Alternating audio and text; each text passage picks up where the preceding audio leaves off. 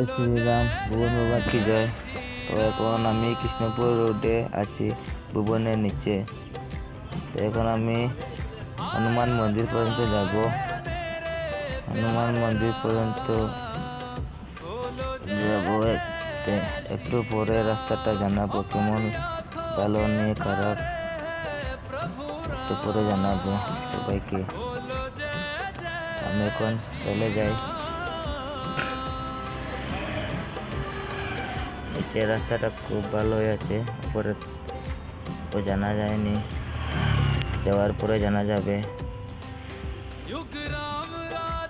একটু পরে জানাবো রাস্তাটা কেমন।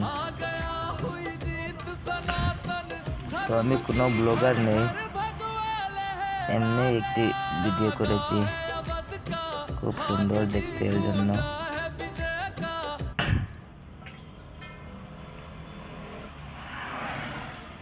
যারা ভুবন যাওয়ার ইচ্ছা থাকে গাড়ি নিয়ে, তো একটু ভালো গাড়ি নিয়ে আসবে। কেন বলছি, রাস্তাটা খুব আপ আছে, টার্নিংয়ের জন্য ব্রেক ভালো নিয়ে আসবে। ব্রেক খারাপ হলে খুব সমস্যা হয়ে যায়।